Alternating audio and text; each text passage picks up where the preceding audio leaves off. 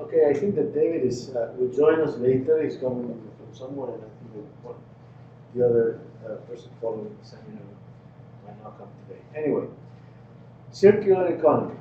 Uh, who, you guys, I mean, you are in the environment business, right?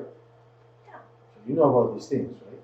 The environment business? Yeah, business and yeah, what I'm saying about sustainable development and all that. That's your thing. You probably know more about these things that I'm going to talk about that I know. It's not my area of expertise, but yeah, I think it's an important domain, as we will see. So circular economy package. Yeah, what is this about? Linear economy, natural resources, collect, process, waste. You know this. Circular economy. This is a nice graphic. The difference being that in the circular economy, you recycle and reuse, you minimize waste, and you recycle and reuse, if possible, a product after it reaches the end of its, normal life, I would say.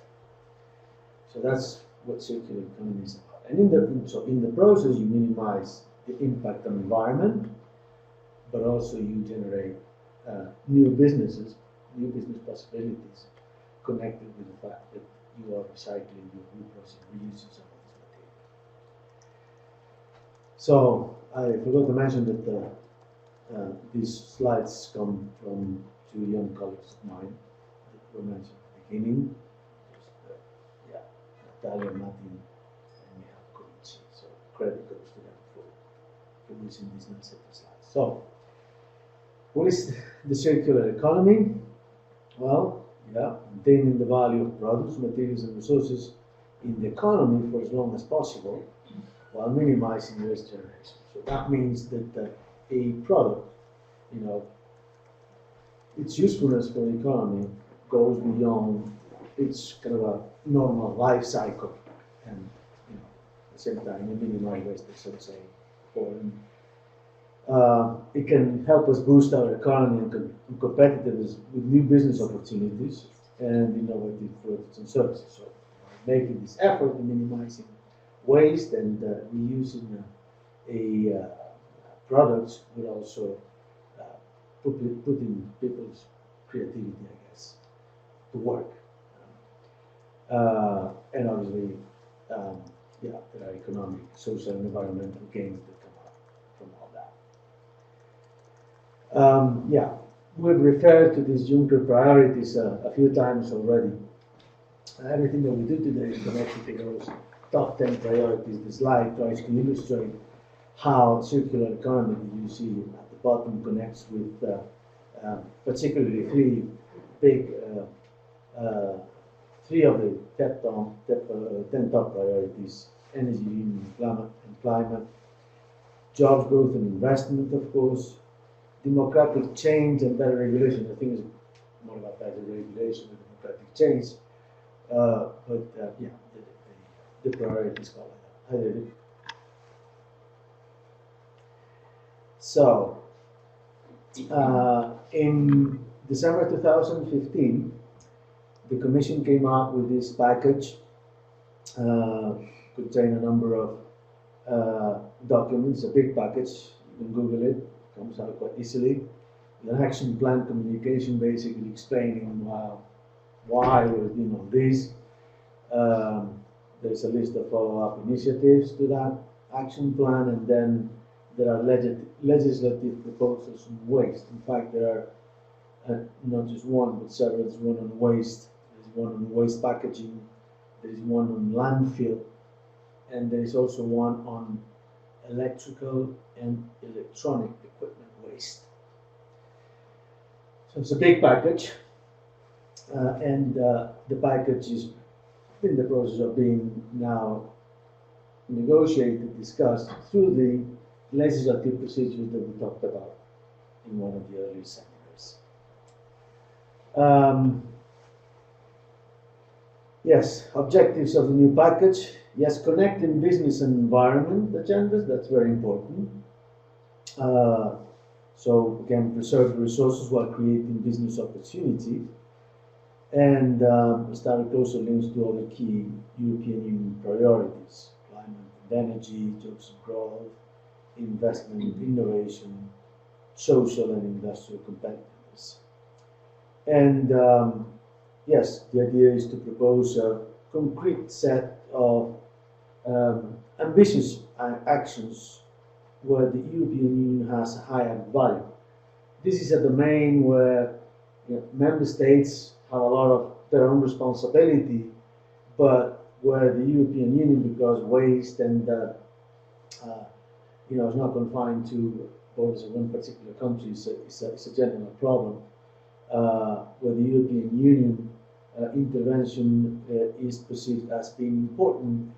For example, long-term vision and targets on waste management. So you want your neighbors to behave in a responsible manner and to behave trying to achieve the same targets as you are, because you don't want to have an unfair competition. Managing waste costs money. You have certain targets. You want everyone to be making the same type of effort. Introducing market rules for products means that yes, there are rules on certain aspects, the design, the amount of waste that the product generates, and so forth. You want those rules to be identical. There are issues related to environment, consumers protection. This is obvious. We have an internal market. People have to have the same degree of protection across borders, and then the eternal issue of regulatory obstacles or enforcement issues. We always have those. People work with different roles. You don't have an internal market. People work with different rules, and then there is also this aspect of innovation and investment. So all of those are areas where the European Union can bring high added value. Member states were working on their own in this. It's highly unlikely that they will arrive to something which is coherent and works in a similar way. So the action plan contains 5 main areas of action. So it addresses different aspects: production, consumption, waste management, secondary raw materials, and then a kind of horizontal action area, which is innovation and investment. So that's kind of how the action plan is designed. We're going to be talking about this in a moment. And then there are a number of priority sectors that are considered to be those that require greatest attention. We're talking about that as well in a moment. Yeah, so let's go to the areas of action. The first is, of course, production. The idea is to provide incentives to the circular design of products. So when you do a product, you can already factor in the production process, what is going to happen with it, after you use the product itself, and then also create incentive for innovative and resource-efficient production processes. So it's not just the product; it's also the process itself that can be more or less efficient. So more or less energy, more or less sort of waste also in the production process. How many of you would repair a washing machine when it breaks down, as opposed to actually go and buy a new one? You will repair it. Well, then you behave differently from many people in Europe. If a washing machine, cheap one, would cost me, say, 500 or 600 euros. If I bring someone to the house to repair the washing machine, it will cost me 250. And the guy would tell me, you know, I'll fix this the best way I could. There is no certainty that it won't break again. So, if you have a guy, you have a person repair the washing machine twice, you have already spent as much as you spend by buying a new one. Have you ever repaired a washing machine? Sometimes I hit it. Yeah, you did. I mean, that really works. I think like for TVs now here, there used to be many TV repair shops, but nobody. Not anymore. A recent You can go get a new TV, Yeah. just what you were saying. a recent break of our washing machine, we paid for a repair person to come out and said it can't be repaired, so we had to buy a new one anyway. So But you pay the guy that came up.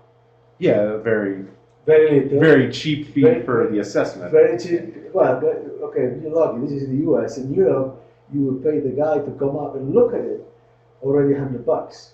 You know, because wages and all that are higher and so forth. So, this is a concern. Consumer organizations are concerned with the fact that you buy a washing machine, it's so expensive to repair. I mean, a washing machine or anything else, so expensive to repair that basically you're forced. I mean, you have an incentive to throw it away and get a new one. That's a waste. TV sets, same thing. TV set, a flat screen TV breaks down. You're going to try to repair it. You're going to throw it away and go and get a new one. Well, this has to change. And I think that there is an increasing awareness, certainly among regulators, that time has come to change this. Yeah. That idea of like planned obsolescence that some corporations kind of put into their design, is that addressed in this? It will come up. Yes, yes. We're going to talk about it. There's one slide that refers to it. There is one of the proposals, a directive contains measures for monitoring possible planned obsolescence. There was a lot of talk. I think that when the package came out, there was a lot of talk in the media about that, and previously as well. I mean, I bought in my working life 2 washing machines. That's not much. Both broke down exactly after 10 years. I thought that was very suspicious. 10 years it broke down. I mean, I was lucky. Some people tell me that normally they break down earlier on. So it's like 6 or 7 years. And there is a suspicion that there might be something like that. Anyway. I have this suspicion it always breaks down the day after the warranty ends. Yeah, that's the other thing. That's the other thing. So, repairability, durability, recyclability. Okay, sometimes things do break down. You have to be able to recycle, but you want them to last for, as long as possible and be repaired.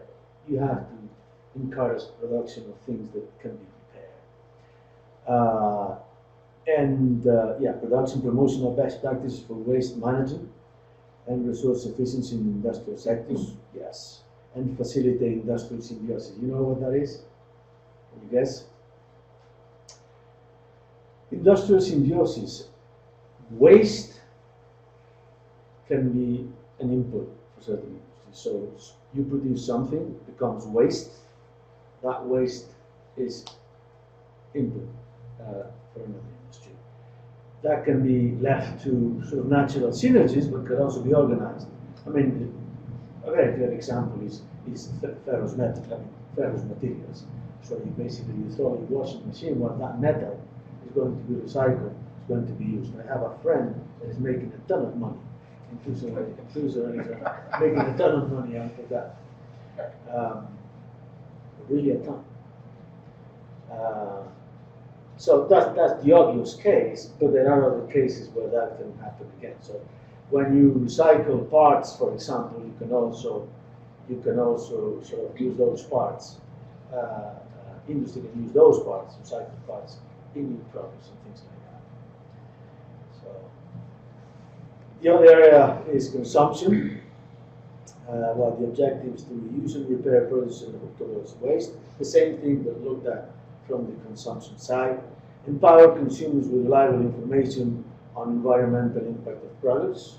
People are becoming increasingly environment aware, and you know, if they have the information, they may decide to buy or not to buy a particular product. Key actions: develop rules to encourage reuse activities. Yes, that's in the waste proposal. Work to ensure the availability of spare parts. So, well, I think what we're trying to say here is that you as a consumer, the idea is that as a consumer, you want to buy things that you can repair.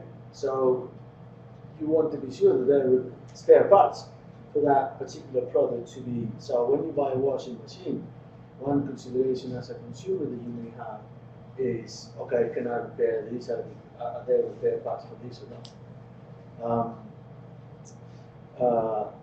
Better enforced guarantees and action on false green claims. The green label has existed for many years now. Are those products all green? Do they all comply with the criteria for that label to be granted? That is less sure. So evidence is there that is not always the case.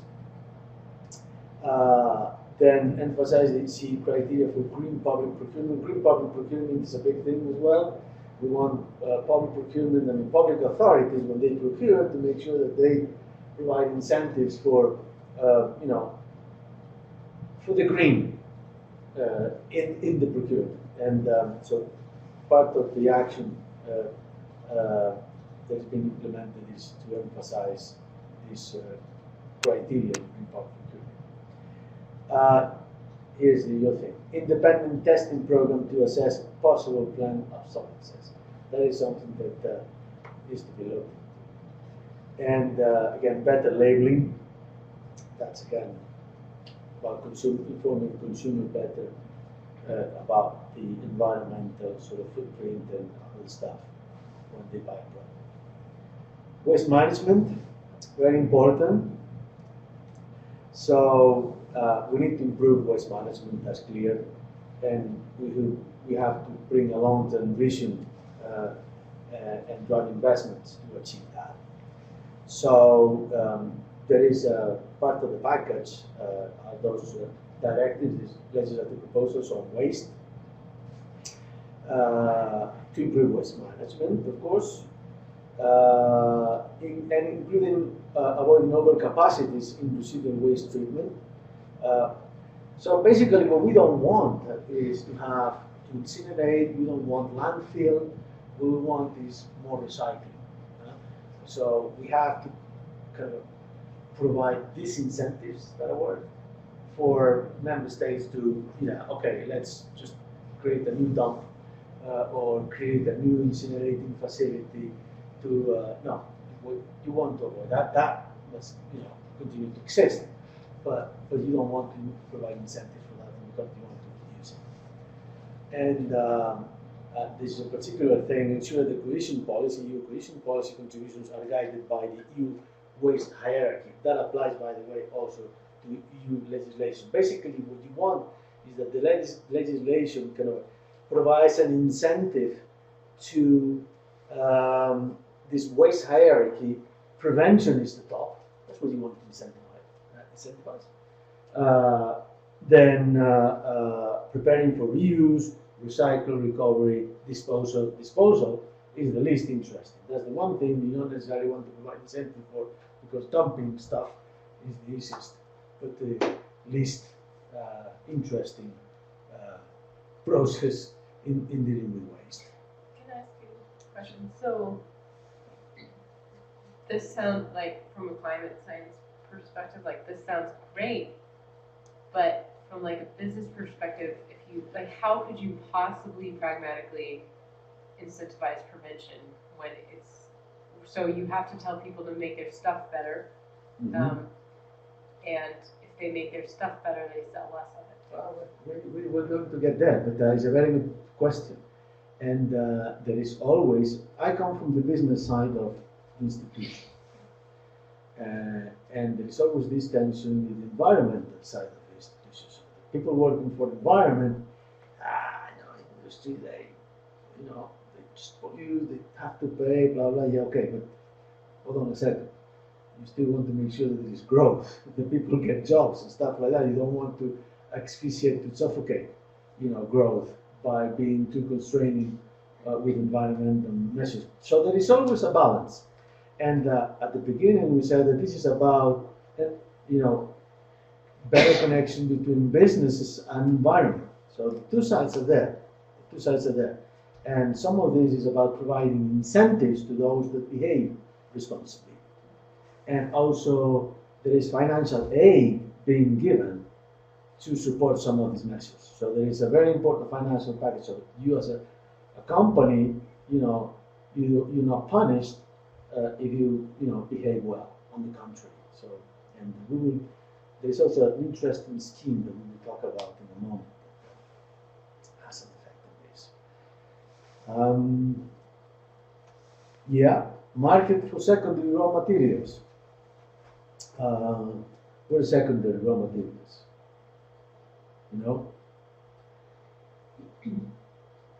Secondary raw materials. Yeah.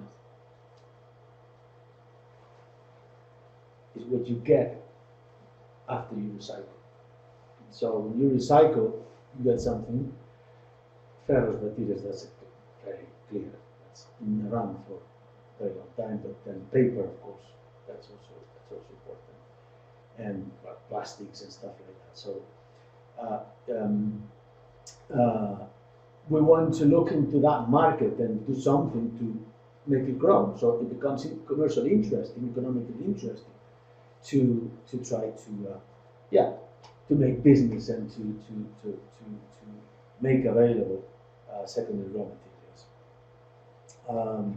That includes increasing the use of recycled nutrients and the reuse of treated wastewater. So it's not just metal, but it's also organic stuff that can be used, for example, as a fertilizer. And wastewater is the same thing. Wastewater can be reused, can go to waste or reused. Safely manage the risk of chemicals of concern, of course, because there is in waste there are hazardous materials, so you have to be able to deal with that and make sure that they can re-enter the market safely, and then improve the knowledge of material stocks and flows. Again, all of this can be left to natural synergy, so you can make an effort to try to put some order in this. Okay, who's producing what, who's stocking what, where can you buy this type of secondary raw material? It's something that can be organized. So in order to do that, a number of actions. Develop quality standards for secondary raw materials. Okay, one piece of secondary raw material might not be identical to another. There might be more impurities or less impurities. It might be more or less usable. That is something that we also need to look into, so that people can work with similar standards. Revised EU regulation on fertilizers. You can say, well, I don't care whether you use recycled nutrients or you use whatever. You can say that. I don't care. You go ahead. Or you can say, if you use recycled nutrients, we provide incentives. So we have a huge common agricultural policy that can perhaps look into that and incentivize again recycled nutrients as fertilizers. We also have a legislative proposal on minimum requires for reused water.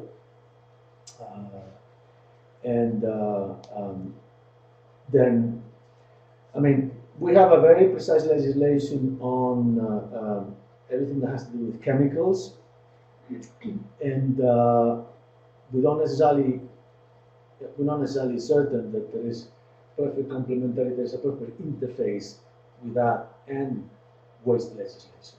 So basically, we need to look into that as well. And then we need to do something about cross-border transfer of waste for in the European Union. Nowadays, we don't have really much in that domain, so we need to do something about it. And then there is, of course, remember at the center of that circle that we saw, innovation and investment action. Basically, is about providing funding to do research on issues that have to do with waste management and so forth, and also make sure that we facilitate investment to achieve those objectives. And we have set aside 650 million on Horizon 2020 that is connected with this. Horizon 2020 is our research program. We'll talk about it next week. We have a pilot on innovation deals to address potential regulatory obstacles for innovators. Okay, innovation is a very good thing, but still, we face so many regulatory barriers that we want to address those. Get rid of them if possible. Target outreach for EU funding. And we also have a new platform, plan to have a new platform for financing together with the European Investment Bank and national promotional banks. So the idea is to mobilize capital to support these actions on waste. Now,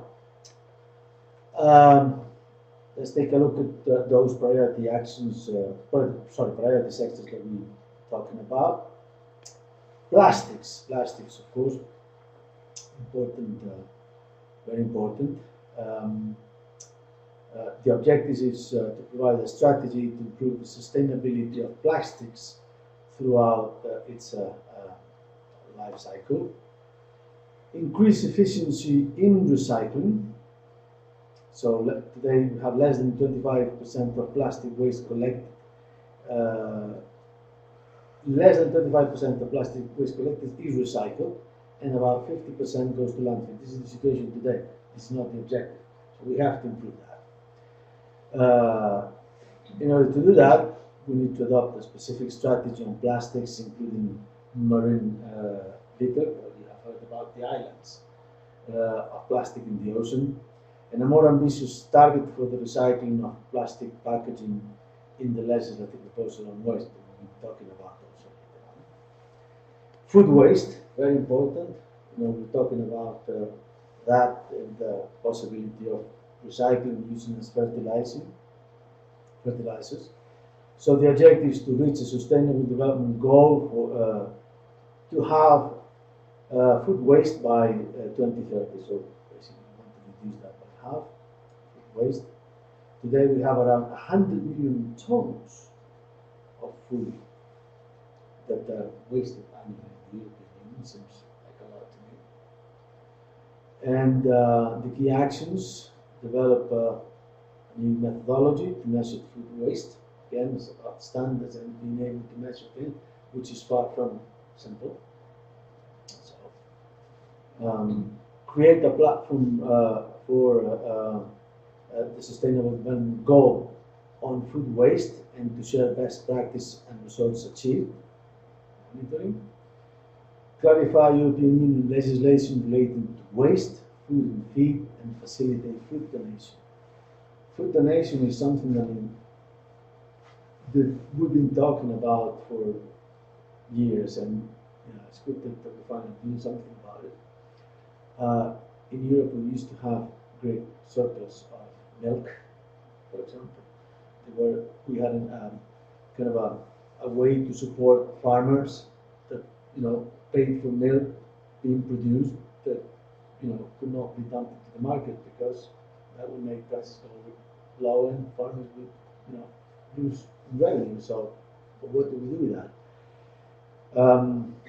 Not enough has been done to facilitate food donation. We need to do something about it and improve the use and understanding of date marking along the food chain. Best before, best before. What does it mean? Throwaway act. Yeah, throwaway actors. Is it always that? Does it always mean that? Not necessarily. That's the thing. And the concern is that perhaps we can do something to improve that label so that people know better what to do with food products. Critical raw materials, yes. Increasing efficiency, efficient use and recovery of critical raw materials. And for that, we encourage the recovery and prepare a report on best practices and options for further action at the European level. This is an area we're still working on, and encourage action by member states. So, okay, basically this is about making people reflect and see how we can encourage the use of those critical raw materials. Construction and demolition, well, it's about time that we do something about it. There is a lot that goes to waste in construction, particularly in demolition. And we need to identify and increase the recovery of valuable materials. Have you ever seen a demolition site? I'm sure you have. You know, it's pure waste. You know, that ends up God somewhere, by the way. So we need to ensure the recovery of valuable resources and adequate waste management in the construction and demolition sector, as well as facilitate assessing the environmental performance of big buildings. This is an area where there is quite a lot being done, but we can improve things. Develop pre-demolition guidelines to boost high-value recycling, as well as voluntary recycling protocols aimed to improve quality and build confidence. So clearly, there is a lot that can be done in that domain. Biomass, bio-based products. So we need to support an efficient use of wood, and you said bio-based, or what is the what's the right pronunciation? Bio-waste. Bio-based? Bio-waste. Yeah, bio. What is? Bio-waste. And biomass and bio-based products. Yeah. So an increased recycling of bio-waste. That has to do with wood. A lot of wood goes to waste. And yeah, it is true that wood normally kind of what do you say, biodegradates and reintegrates earth, but you can also, recycle it so that it becomes, you don't need to cut more trees. You can develop wood products that are based on wood waste. So we have to take action to promote an efficient use of bio-based resources through a number of measures, such as the promotion of the cascading use of woody biomass and support to innovation in the bioeconomy. New target for recycling wood packaging, and the provision to ensure a separate collection of bio-waste. That's in the legislative proposal. And report and possible revision of the bioeconomy strategy. So that's all part of this bioeconomy strategy that we're trying to develop. So going now to the main elements of the legislative proposal on waste. It's kind of a more technical stuff, but let's see if we can make some sense out of it. New targets on municipal waste recycling. Now, local authorities, they are really the front line of waste management. Boulder, they collect and they recycle, hopefully dump some. So they are really the big actors when it comes to waste recycling, waste collection and waste recycling. Okay, separate collection extended to bio-waste. We have just mentioned. Normally, you have crystal, I think, paper, and then you have landfill. But you can have also bio-waste separated, and this is something that the new directive is providing guidelines on. Now, standards, methods. one calculation method by 2025. Today we have several. So the way in which you determine how much you have collected, how much you recycle, differs. So it's very difficult to make comparison. Because of this, what the directive tries to introduce is one single method for that.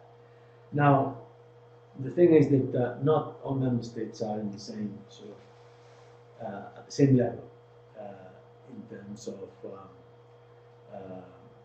municipal waste recycling. Yeah, you know, member states in Eastern Europe are not necessarily as advanced as member states in the western part of Europe, and there are kind of time extension regarding the provisions of the directive. So some member states have a little bit more time to implement it. And then the directive also contains a review clause to consider more stringent targets. So basically, the graphic indicates the percentage of waste to be recycled, percentage of waste collected. The problem is that the way in which you calculate the way the waste collected is not necessarily harmonized. So that's why you need to look into that, and then you also have to have a certain method to assess whether you have actually recycled that amount of waste or not. So that's where the standards and the methods are important. So those are the targets for the coming years. And you can see that the methodology, the introduction of the methodology is gradual. So we have certain, this is the current status, then we have a certain target for 2020, and then 25 and 2030 with a single method. Yeah, new targets for municipal waste landfill. We said earlier on, I mean, landfilling is the one thing that you don't necessarily want to increase, you want to reduce. And you can see here the percentage of municipal waste in landfill in 2013 and the objective for 2030. So significant reduction. So by 2030, we want a maximum 10% of the landfill for municipal waste. Again, because not all member states are in the same situation, there is a 5-year derogation for the 7 member states that can that are behind, basically. And again, we also have, regarding waste landfilling, a revision clause 2025 to review the targets if necessary and make more stringent. There are also new targets for packaging, waste recycling, and you see here the different kind of types of packaging: plastic, wood, ferrous metal, aluminium, glass, paper and cardboard, and overall. We're not doing too bad in some respects. I mean, traditionally, yes, ferrous metal, okay, it's good. Sort of the data indicates that significant percentage has already been recycled. Same thing for example, paper and cardboard. That's clearly what we do best. People, we have developed good recycling practices for paper and cardboard, but plastic, no good. Wood, not too good either. We need to do better, and what you can see, we have a legislation already in place. Where you can see in the left-hand side is the existing targets, and then you see the target for 2025 and the target for 2030. And alongside with that, there is some clarification to do on measuring. That's kind of a recurrent thing. The period of the recovery and maximum recycle targets, that means those that are in place, and there is a new target for aluminium, because there was already one, but it's been revised. Targets, definition and calculation rules, kind of technical stuff, but it's all about being able to compare things. The situation that we have today is that there's such a variety in the way we deal with this that comparison is possible. There's a very good study I was looking at that actually, basically tells us that it's extremely difficult to establish those comparisons. So anyway, municipal waste, backfilling, construction demolition waste, food waste, preparation for use. Those are things that are being clarified in the new proposal. Same thing with calculation rules. So the legislative proposal brings in single method, main rule, and etc. And new calculation rules to cover. So we have a number of other things, technical stuff. But the basic idea is that we need to make sure that everyone has the same rule book, basically. Prevention, yeah, that's a very important part of the legislative proposal. Focus on food waste, textile, and this is waste on electrical and electronic equipment and furniture. Then also prevention measures to promote the use of recyclable, durable, and resource-efficient products. That connects with the sort of objectives and actions that we were talking about before. So the directive brings in these measures, and then target to be set at national level and disposed incinerated waste. Okay, it's about the landfill and the incineration. So by reducing capacities, you also forcing people to look into other options. That's the idea. Extended producer responsibility. This is interesting. Do you know what this is? Have you heard about it? EPR. EPR. Is that European Public Radio? No, EPR is extended producer responsibility. These are schemes that make producers pay for the cost of collecting, treating, disposing, treating waste that their products generate. So you as a producer, you have to pay a fee to this scheme because you cost money. You sell a product, that product needs to be dealt with as waste later on. So you have a responsibility. So this is an idea that in the Swedes, very environmentally conscious people, some Swede guy that came up with this idea, and has become quite a general approach. Well, in certain Western countries in Europe, and in the US as well. Although US, I checked the map, state by state, and not all states have developed EPR legislation. So basically you as a producer, you pay a certain fee into the scheme. And what the directive does is clarify a number of things, clarify the way in which you go about it. I mean, who has responsibility? Who are those players in this? So it's about definition of roles and responsibility. Defining measurable targets and reporting procedures. So of course, you have to have sort of confidence measures built in there, so that we know what the targets are and we know what the reporting procedures are. Well, information transparency dialogue. These systems. I mean, I was looking at the study on extended producer responsibility, and these are the system has kind of many. I mean, the idea is very good, but the way in which they work, they have are not perfect. So the main aspect to be looked at: information transparency dialogue. Yes, you want to establish a kind of a most transparent approach to the way in which authorities, those responsible for the system, producers interact with each other.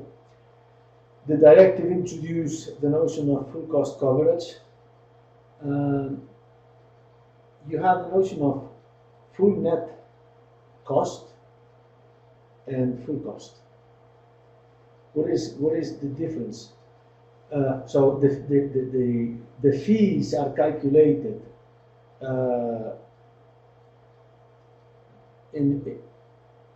by saying, well, you produce whatever, a washing machine. There is a cost. There is a cost in collecting. There is a cost in treating. There is a cost in disposing and treating. And then we make money out of that. So when I take the washing machine, I have to take a truck, bring it to a certain site, have the site, maybe pay for the site, and then do whatever, process it. But then I can also sell the whatever comes out, washing machine, whatever else. So I can make some money out of it. So net cost is, so the fee will be calculated on the basis of that. So I, as the organization dealing with this, I make some money, so the fee is calculated on that basis. Full cost brings in a number of other concepts, including information to customers. There are a number of organizational aspects, so it brings in a number of other elements, and the approach, the European legislation, is full cost coverage. So it's not just that kind of net cost approach, but it's taking this full cost approach. Yeah. So, like, going back to the hierarchy of things that you wanted to incentivize, are there talks about, so you've got this EPR, like, cost that you can put on the producer. Could you, like, if they can extend their lifetime of a certain product, their cost goes down, or if they can provide, like, pickup and delivery where they replace, where let's say they bring out a washing machine, pick up the old one, and then use those materials, like, integrate in their own business model, like you would lower the EPR. Is there, like, clauses? Yeah. Now, Like in different countries have developed different EPR systems, and that's a very good point too. Some are purely financial, so all you do as a company is that you pay. Some are financial and organizational. So in some, like in my own country, you are only required to pay. In Germany, you have to look after the product. The company has a responsibility, an organizational responsibility. So the EPR is developed in such a way that certain producers will have to do something about the product themselves. Not only they pay a fee because they may not have the facilities, whatever, they still require, like for example, municipal collection. Yeah? So there is a responsibility in that respect that is taken on board, but they also have an additional organizational responsibility. Yeah? So some countries have organized an EPR system that involves organizational responsibility, and of course that has a consequence on the financial part. So you can say, well, yes, you just pay me, I deal with the rest. You can say, well, you pay me a bit, but you also deal with the organizational aspects of this, and of course, I presume that has an impact on the financial side. Focus on monitoring by member states. Yes, I mean, this is not something that the European Union be sort of taking responsibility for. The responsibility for monitoring EPR systems is with member states. And link between the product's true end-of-life cost and fees to be paid by producers. Well, yeah, there is kind of a number of provisions that establish that link. That seems to me is quite obvious thing to establish. Right? So you pay as per the real end-of-life cost of your product. You can easily imagine that at the end-of-life cost of certain products that are big and bulky is much bigger than the end-of-life cost of some of the products that are not necessarily cheaper, but easier to handle as waste. So it's a fair approach. It's a fair approach. So I think that's kind of the end of one more. Yeah, that's the last one. Yeah, we have an ambitious and comprehensive package. I think I mentioned this before. So waste legislation proposal is now considered through the normal legislative procedure. And then we will have an action plan that is going to unfold between 2016 and 19. So those actions that we'll be talking about have a timetable set. 2016. Yeah. So that's the end. So you see how good we've been. Any questions? Any comments? I'm wondering if the EU is somehow more equipped to handle, because this package is like you said, it's ambitious.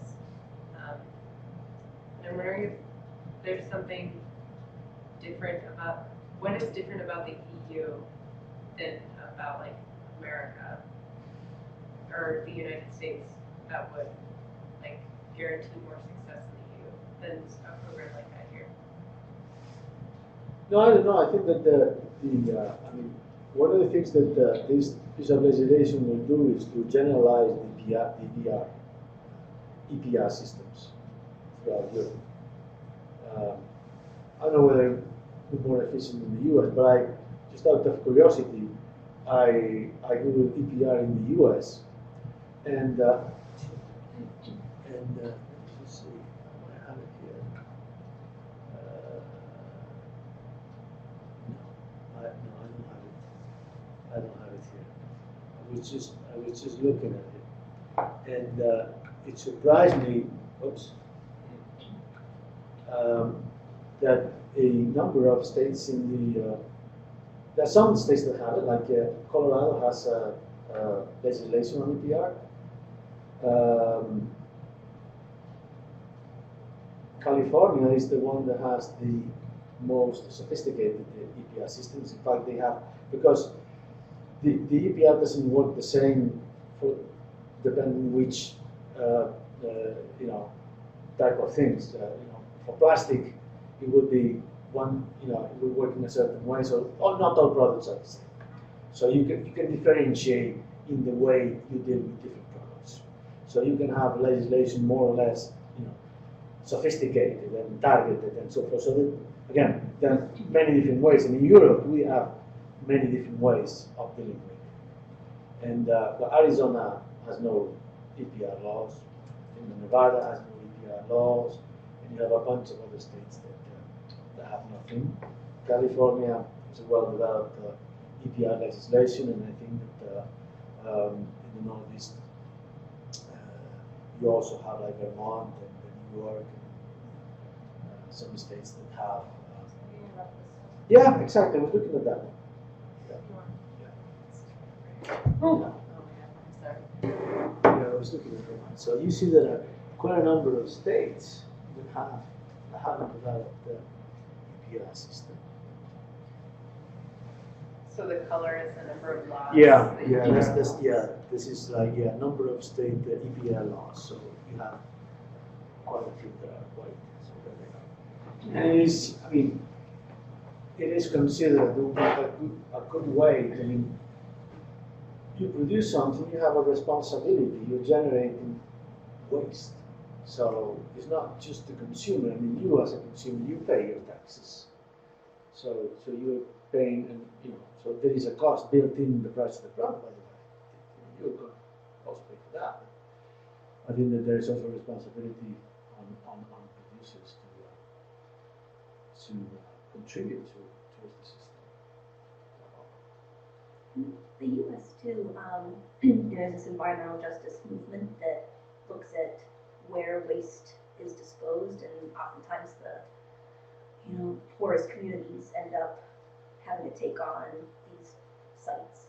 Yeah. Are there measures included in this plan to prevent that from happening? In the slides, there wasn't any mention of that, but in the documents that were part of the package, there is a reference to that. Our concern particularly is with dumping waste on developing countries. I think that the working with the people that work in development cooperation, and also through these kind of actions, we're trying to disincentivize that because it's not efficient. It actually is the opposite. Kind of encourages inefficiency. So you dump, in Africa or wherever, and you're wasting resources. You're not looking into. I mean, it's the opposite of the circular economy concept. So yeah, we not both within. I mean, dumping outside the EU as well as within the EU. That is also the reason why there is this strong disincentive to landfill sites and incineration, because you could say, well, I'm a small country, I don't produce much, but Germany is my neighbor, they produce tons of waste. I put an incinerator across the border and they can, I will charge them for burning the garbage. But that is also against the objective of the circular economy. So we want to make sure that is not incentivized in any way. And some of our sort of structural funds did provide help. In some cases, it was necessary to provide funding for landfill sites, because otherwise the waste may end up in the river or in the lake or whatever. So it was necessary. It was necessary. We devoted funds to landfill sites and incineration sites. But now this is being looked into very closely in connection with this. So, okay, if you have a need, so member states may still say, well, I'm sorry, but I have this dump close to my village. We need structural funds in order to take care of that. Okay, so the EU would still provide that kind of, if need be, but you would take a very restrictive approach to supporting this. Yeah. That's part of it. Seems like you guys are much farther ahead than the United States in this. Has there been any studies like if you don't do it, Yeah. What would happen? Because I attended a talk on electronic equipment and they had sent it to the third world countries, and it's disgusting. I mean, and it's horrific actually, because they pay to build a building that says it's recycling, but there's two people that work in the building, and then it shows the real landfills, and the babies are being born, with disabilities or dying, and so I mean, and this was a year ago, and it was interesting to see, like, just in 1 year, your cell phones, old computers, all those parts and all that stuff. Like, if we don't do that, I had nightmares for a couple of days, but I mean, I could see it overtaking us. There is a very, that's what really does that for nerds. But there is this impact assessment that goes with the action plan that basically spells that out. It's rather technical stuff, but basically measures what would happen in the no action scenario, so the baseline scenario. So remember at some point when we discussed the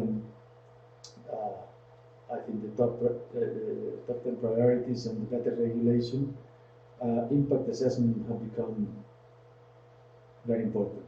Some of my colleagues would say have become a nightmare, because if we want to make a proposal, the work that goes in an impact assessment is absolutely crazy. But the good side is that the impact assessments are extremely robust. So you have